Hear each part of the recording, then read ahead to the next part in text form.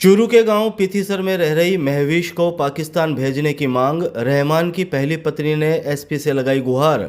महविश को राष्ट्रीय सुरक्षा के लिए बताया खतरा। चूरू के गांव पिथीसर के युवक रहमान से शादी करने वाली पाकिस्तानी महिला महविश को भारत से भेजने की मांग उठने लगी है।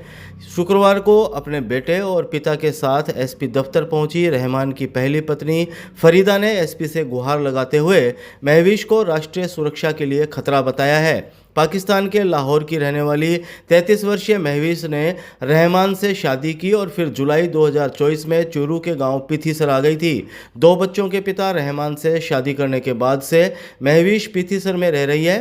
पहलगाम आतंकी हमले के बाद से पाकिस्तान और भारत के बीच तनाव की स्थिति बन गई है। इसी बीच भारत सरकार ने पाकिस्तानी नागरिकों को 48 घंटे के अंदर भारत छोड़ने की एडवाइजरी जारी की है। यह एडवाइजरी जारी होने के बाद रहमान की पहली पत्नी ने महविश को पाकिस्तान भेजने की मांग उठाई है। हनुमानगढ़ जिले के भादरा के वार्ड संख्या 15 की फरीदा ने बताया कि उसका निकाह पिथीसर निवासी रहमान के साथ हुआ था। उससे उसके 2 बच्चे भी हैं। उसने बताया कि उसके ससुराल वाले पाकिस्तान की रहने वाली महिला महविश को अवैध तरीके से भारत में ले आए, जिसको अपने साथ रखा है। महविश के लिए उन्होंने फरीदा को छोड़ दिया। फरीदा ने आरोप लगाते हुए कहा कि पाकिस्तानी महिला महविश के अवैध गतिविधियों में शामिल होने की संभावना है। उसके ससुराल वालों ने ताल्लुकात पाकिस्तान के नज़दीकी बीकानेर, जोधपुर, जैसलमेर, श्रीगंगानगर आदि जगह है जहां महविश जाकर भारत के सीमावर्ती इलाकों की सूचना पाकिस्तान को दे सकती है। उसने बताया कि भारत सरकार की गाइडलाइन के अनुसार पाकिस्तानी नागरिकों को 48 घंटे में भारत छोड़ने की बात कही गई है, इसलिए महविश को वापस पाकिस्तान भेजा जाए। एसपी जय यादव ने बताया कि महविश ने लॉन्ग टर्म वीज़ा के लिए साल 2024 में सरकार को अप्लाई कर दिया था। इसके बाद भी सरकार की ओर से जो आदेश आएंगे उसकी पालना करवाई जाएगी।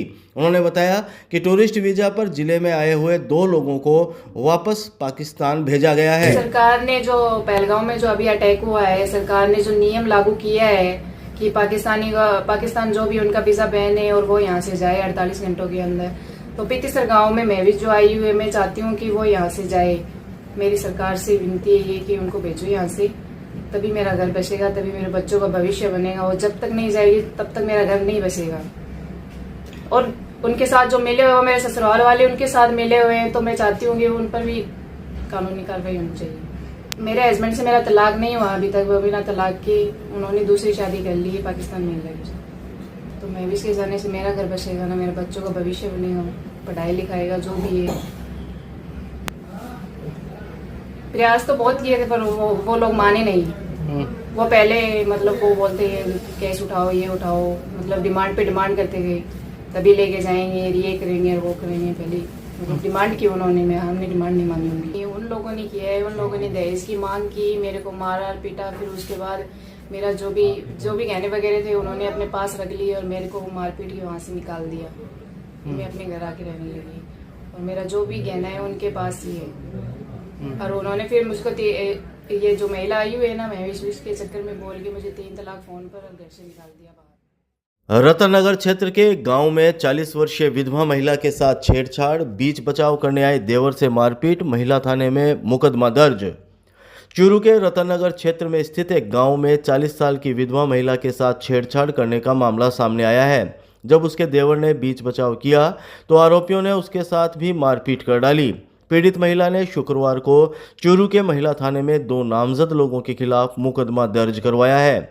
महिला थाना अधिकारी श्रीमती कमला ने शाम 6 बजे करीब जानकारी देते हुए बताया कि रतननगर क्षेत्र के एक गांव की 40 वर्षीय विधवा महिला ने रिपोर्ट दी कि छगनलाल और मामराज पिछले 10 दिनों से बुरी नीयत से उसे इशारा कर रहे थे। 2 दिन पहले उन्होंने जबरदस्ती उसे मोटरसाइकिल पर डालकर अपहरण करने का प्रयास किया। बीती रात घर के सामने आकर वाहन का जोर जोर से हॉर्न बजाने लगे। जब वह घर के बाहर देखने के लिए आई तो दोनों ने उसे पकड़ लिया और शराब के नशे में उसके साथ जबरन गंदी हरकतें करने लगे। इस दौरान बीच बचाव करने के लिए उसका देवर आया तो मामराज और छगनलाल ने उसके सिर पर वार कर मारपीट शुरू कर दी। जब वह घायल होकर गिर गया और महिला ने शोर मचाना शुरू किया तो आरोपी वहां से फरार हो गए।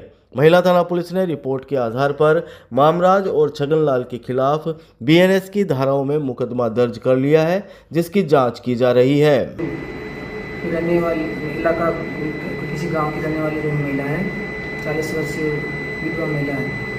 उसने थाने पे आगे रिपोर्ट दी महिला थाना चलो में कि मेरे ही गांव के 2 व्यक्ति काफ़ी दिनों से मेरा पीछा कर रहे हैं, छेड़छाड़ कर रहे हैं। 2 दिन पहले उन्होंने मेरे को मोटरसाइकिल पर ज़बरदस्ती ले जाने की कोशिश की। इसलिए आज आके मुकदमा दर्ज करवाया, जिसका मुकदमा दर्ज करके जांच जारी है। आगे जांच में जो भी होगा कार्रवाई की जाएगी। पहलगाम आतंकी हमले को लेकर आक्रोश, विश्व हिंदू परिषद और बजरंग दल ने किया चूरू बंद का आह्वान। गढ़ स्थित बालाजी मंदिर में हुई मीटिंग। जम्मू कश्मीर के पहलगाम में हुए नरसंहार के विरोध में विश्व हिंदू परिषद और बजरंग दल ने 26 अप्रैल को चूरू बंद का आह्वान किया है। चूरू के गढ़ स्थित बालाजी मंदिर में शुक्रवार को विश्व हिंदू परिषद और बजरंग दल कार्यकर्ताओं की मीटिंग हुई, जिसमें कार्यकर्ताओं ने बंद का आह्वान किया। बजरंग दल के हरीश बजाज ने शाम 4 बजे करीब बताया कि कल 26 अप्रैल को चूरू बंद का आह्वान किया गया है। इस संबंध में व्यापार मंडल से भी वार्ता हुई है। उन्होंने कहा कि कल गढ़ चौराहे पर पाकिस्तान के झंडे को जलाकर उसका और आतंकवाद का पुतला फूंका जाएगा। उन्होंने बताया कि इस नरसंहार से चूरू के लोगों में आक्रोश है। विश्व हिंदू परिषद के जिला उपाध्यक्ष विनोद शर्मा ने बताया कि हमारी मांग है कि कश्मीर में राष्ट्रपति शासन लागू किया जाए और पाकिस्तान की गर्दन दबाने के लिए उस पर सभी तरह के संबंध विच्छेद कर सर्जिकल और एयर स्ट्राइक की जाए।